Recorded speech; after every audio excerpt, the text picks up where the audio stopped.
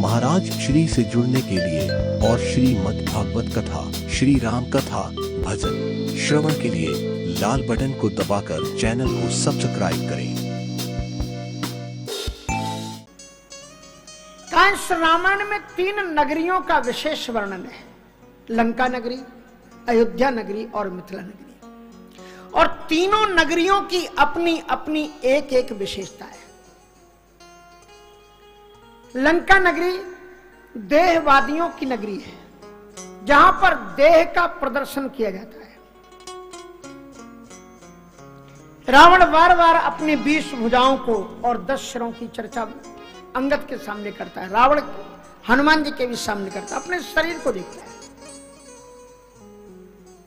कुंभकर्ण भी अपने शरीर और मेघनाथ भी अपनी शरीर और माया के कारण ही जाना जाता है। तो ये देहवादियों की नगरी है लंका नगरी। और जो अयोध्या नगरी है वो देहाधिकारियों की नगरी है, जिन्होंने देह पर अधिकार पा लिया है। हम लोग अपने जीवन में, हमारे ऊपर अधिकार नहीं, शरीर के ऊपर कंट्रोल नहीं है।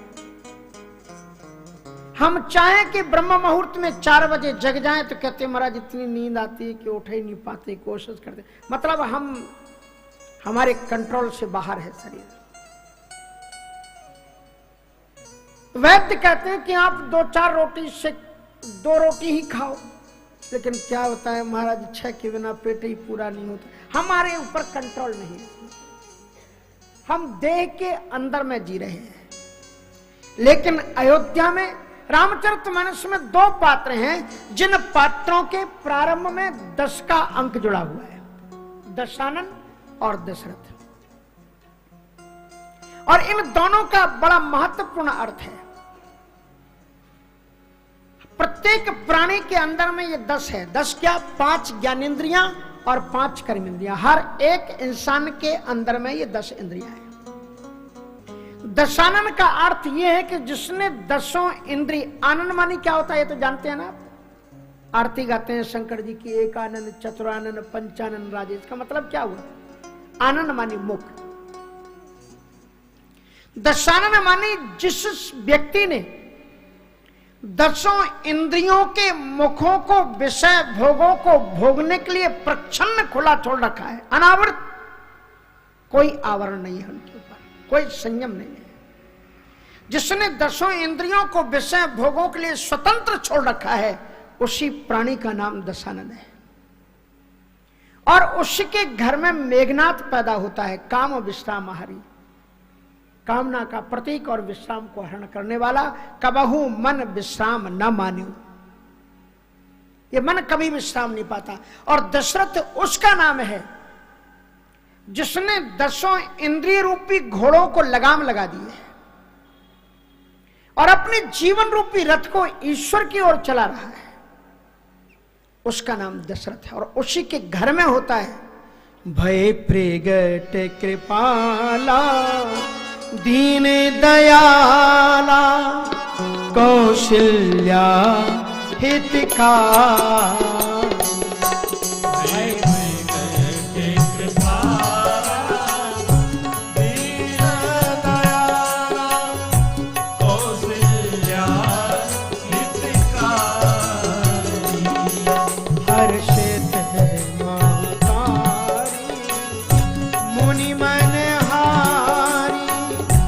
अद्भुत रूप विचार,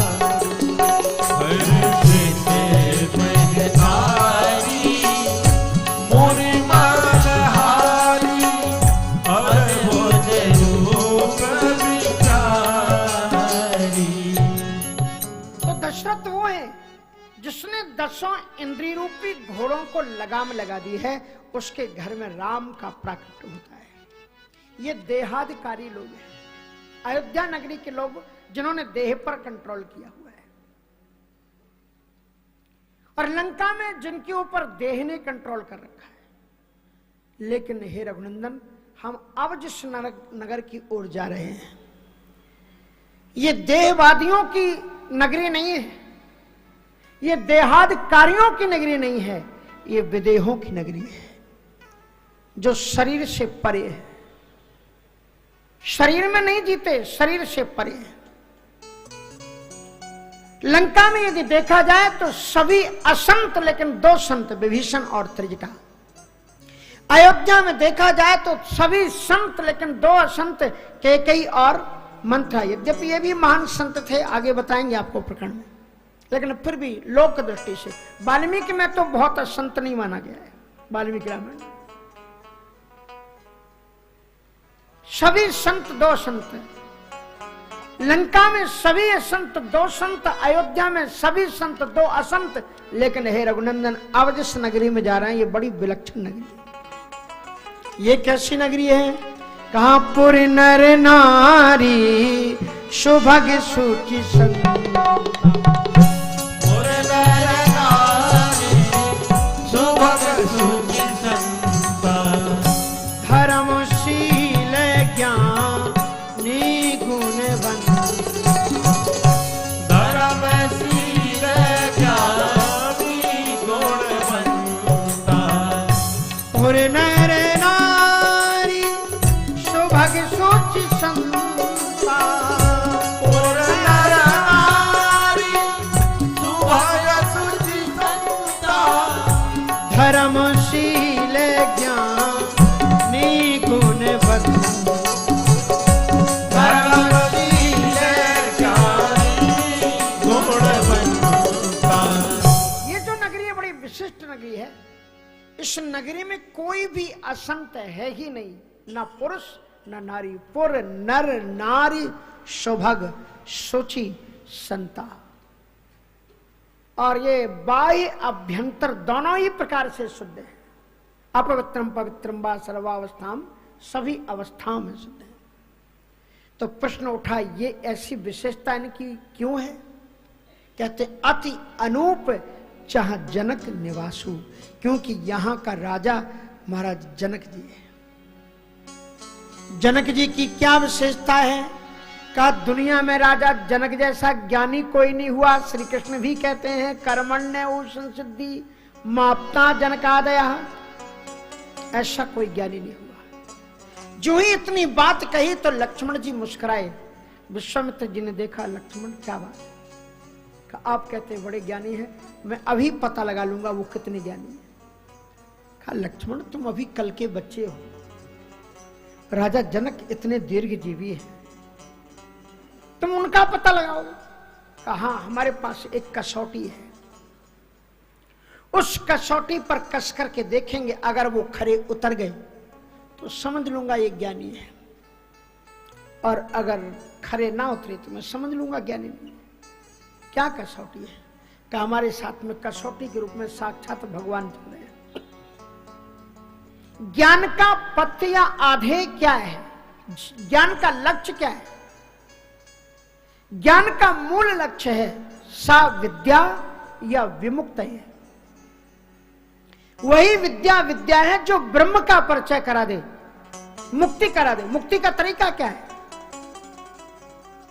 तो श्रीमद् भागवत में श्री कपिलदेव जी महाराज कहते हैं, गुणेषु शक्तम बंधाय, गुणेषु शक्तम बंधाय, गुणों में आसक्ति ही बंधन का हेतु है। रतंबा पुंसी मुक्तये, और मुक्ति का एक ही तरीका है कि परब्रह्म परमात्मा में आपकी रति हो जाए, परब्रह्म परमात्मा में आपका प्रेम हो जाए। और जब परमात्मा में आपकी आसक्ति बढ़ेगी तो संसार से वैरक्ति अपने आप आपके जीवन में पैदा हो जाएगी, कुछ भी करना नहीं पड़ेगा। गुणेषु शक्तम बंधाय रतंबा पुंसी मुक्तये। तो यदि सच्चे ज्ञानी है तो मैं अभी पहचान लूंगा, राम जी हमारे साथ में चल रहे हैं। यदि राजा जनक ने राम जी को पहचान लिया कि ये कौन है तो मैं समझूंगा कि वो ज्ञानी है, और अगर वो नहीं पहचान पाएंगे तो मैं समझूंगा कि उनका ज्ञान किसी काम का नहीं है। और वही हुआ। दूसरे पल में विश्वामित्र जी महाराज जनकपुर में पहुंचे और राजा जनक ने रघुनंदन श्री राघवेंद्र सरकार सौमित्र लक्ष्मण जी महाराज का दर्शन करते ही उनसे एक प्रश्न कर दिया कि कहू नाथे सुंदर दो बार, निकुल तिलक की निपिकुल पास कहूँ नाथ सुंदर दो बालक मुनिकुल तिलक की निपिकुल पास ब्रह्म जो निगम नीति कहि गावा, ब्रह्म जो निगम नीति कहि गावा, उभय देश धरि की सोइया, उभय देश धरि की सोइया, सहज विराग रूप मन मोरा, सचते होते चंद्र चकोर, सहज विराग रूप मन मोरा, सचते होते चंद्र चकोरा। राजा जनक ने रघुनंदन राघवेंद्र सरकार सौमित्र लक्ष्मण को देखते ही गुरुदेव से एक प्रश्न किया कि कहु नाथ सुंदर दो बालक। आहा, रूप रस आनंद में डूब गए। महाराज ये दोनों बालक कौन है? मुनिकुल तिलक, इनके भव्य बाल पर लगा हुआ तिलक, सुशोभित होता हुआ यज्ञोपवीत, पांव में खड़ा हूं। इन्हें देखकर तो ये लगता है मानो कि किसी ऋषिकुल घराने के कुल चिराग हैं, लेकिन इनका विशाल वक्षस्थल, आजानु भुजाएं, धनुष और बाण, उन्नत ललाट को देखकर के ऐसा लग रहा है मानो कि किसी राजकुल घराने के कुल दीपक है। कहो नाथ सुंदर दो बालक, मुनिकुल तिलक की नृपकुल पालक। और जो ही इतना प्रश्न उन्होंने किया तो लक्ष्मण जी महाराज ने विश्वामित्र जी के पांव को थोड़ा सा दबा दिया। विश्वामित्र जी ने देखा कि क्या बात है लक्ष्मण, का बस बस गुरु जी यही मौका है, अभी पता लग जाए कितने गहरे पानी में। ये जो प्रश्न इन्होंने आपसे किया है, इस प्रश्न का जवाब इन्हीं से पूछिए, क्योंकि ये भी ज्ञानी है। अगर ये आपसे पूछ रहे हैं तो इनसे पूछिए कि आपको क्या लग रहा है ये कौन है। और तब विश्वामित्र जी ने मानो कि संकेत में राजा जनक से कह दिया, आपको क्या लग रहा है ये कौन है दोनों। तो क्या सटीक जवाब दिया है एक ज्ञानी ने, कितना सही उत्तर दिया है। क्या कहा महाराज? राजा जनक से पूछा कि आपको क्या लग रहा है। तो राजा जनक जी कहते हैं कि महाराज अगर आप मुझसे पूछते हैं तो मुझे तो एक ऐसी अनुभूति हो रही है कि ब्रह्मे जो निगम नेति कहिगा, ब्रह्म जो निगम नेति कहिगा, ओ भय वेश धरि की सोई आ, ओ भय वेश धरि की सोई आवा, सहज विराग रूप मन मोरा, सहज विराग रूप मन मोरा, थकित होते जीनी चंद्री चकोर, थकित होते चंद्र चकोरा, थकित होते जीनी चकोरा। अगर आप मुझसे पूछते हैं तो मुझे तो ये लगता है कि जो अणो रणियान महतो महियान, कर्तुम अकर्तुम अन्यथा कर्तुम समर्थ, वेद भी जिसे ना इति कहकर पुकारते हैं, कहते हैं इद मिथ्यम कह जाए न सोई। तो ब्रह्म है जो ब्रह्म, जिसको वेदों ने ना इति कहकर के पुकारा, नेति कह गावा और ओ भय वेश धरि की सोई। ब्रह्म जो निगम नेति कहेगा, इस घटना के बाद में राजा जनक जी के जीवन में अपरिवर्तनीय 3 परिवर्तन पैदा हुए। राजा जनक जी किस मान्यता के उपासक हैं? सोहमस्मि इति वृत्ति अखंडा दीप शिखा सोई परम प्रचंडा। आत्म अनुभव तम सुष प्रकाशा तम भव भेद मूल ब्रह्मनाशा।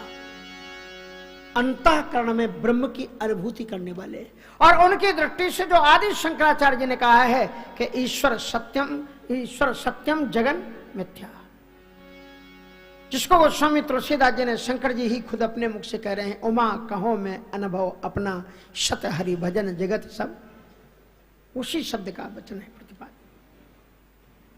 तो राजा जनक जी ऐसा मानते हैं कि परमात्मा निर्गुण है, निराकार है, अव्यक्त है, अगोचर है, और सा एकमेव दुधी नास्ति, एक ही है, दो नहीं है वो।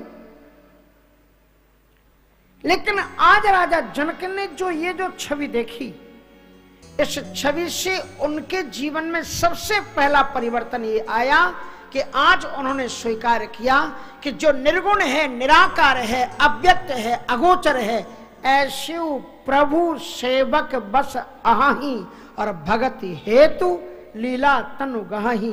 वह निर्गुण, निराकार, अव्यक्त, अगोचर परमात्मा भी भक्तों के वशीभूत हो जाता है, और भक्तों की कामना को पूर्ण करने के लिए वो सगुण साकार बनकर के धरती पर उतरता है। ये स्वीकार किया। और वो ये मानते थे ब्रह्म ईश्वर में वो जगन मिथ्या, केवल परमात्मा ही सत्य है, सारा संसार मिथ्या और कुछ सही नहीं है। लेकिन आज कहते हैं नहीं नहीं, अभी तक तो मैं जानता था ईश्वर ही सत्य है, लेकिन उभय वेशधर कीशो यावा, वही परमात्मा इन दोनों रूपों में मेरे सामने है। जीवाचार्य लक्ष्मण के रूप में भी वही परमात्मा है। श्रीमद् भागवत में तो बड़े स्पष्ट शब्दों में लिखा हुआ है कि ये विष्णु पुराण कहता है कि विष्णु जी के अवतार राम जी हैं, शंख के अवतार भरत जी हैं, सुदर्शन चक्र के अवतार शत्रुघ्न जी हैं, शेषनाग के अवतार। लेकिन श्रीमद् भागवत में स्पष्ट कहा, तस्यापि भगवानेशो साक्षात ब्रह्ममयो हरि, एक ही परमात्मा अंशान सेन चतुर्धाघात पुत्रत्वम प्रार्थिता स्वयं। एक ही परमात्मा 4 रूपों में आया। कृष्णोपासना में बलराम जी महाराज, कृष्णोपासना नहीं सभी सद्धर्म में बलराम जी महाराज 24 अवतारों में है। तो श्रीमद् भागवत ये कहती है ये चारों ही अवतार हैं। अंशांश से एक ही परमात्मा अंश अंश से 4 रूपों में, राम भी ब्रह्म है, भरत भी ब्रह्म है, लक्ष्मण भी ब्रह्म है, शत्रुघ्न भी ब्रह्म है, क्योंकि अंशांश से चतुर्धाघात पुत्रत्म। आज राजा जनक जी ने स्वीकार किया कि नहीं नहीं, परमात्मा ही केवल सत्य नहीं है, परमात्मा का अंश होने के कारण ईश्वर अंश जीव अवनाशी चेतन अमल सहज सुख राशि, परमात्मा का अंश होने के कारण ये जीवात्मा भी उतना ही सत्य है जितना परमात्मा है। ममई वांशो जीवलोके जीव भूता सनातन, ये सनातन है, ये क्षण नष्ट होने वाला नहीं है। आत्मा परमात्मा की ममई वांशो जीव, श्री कृष्ण जी कहते हैं भगवद गीता में, ममई वांशो जीवलोके जीव भूता सनातन। इसलिए आज उन्होंने इतना बड़ा परिवर्तन आया। इतना बड़ा परिवर्तन जब आया तो राजा विश्वामित्र जी ने पूछा कि महाराज आपने कैसे जाना कि भगवान ने, आपने तो एक ही चौपाई में पर्दा खोल दिया ना। ब्रह्म जो निगम नेति कहेगा अब इनको तो पहचानने में मुझे भी बड़ा टाइम लगा था। जब ताड़का को मारा तब मैं पहचान पाया, तब ऋषि निज नाथ है जिये चीनी हृदय से मैं तभी pहचान पाया। आपने कैसे एक ही चौपाई में इनको ओपन कर दिया। राजा जनक जी की यहीं पर एक चूक हो गई। राजा जनक जी ने क्या कहा कि सहज विरागे रूपे मनु मोरा, सहज विरागी रूप मैंने थकिते होते जिमी चंद्र चकोरा, थकते होते जिमी चंद्र चकोरा, थकित होते जी में चंद्र चकोरा, थकित होते जी में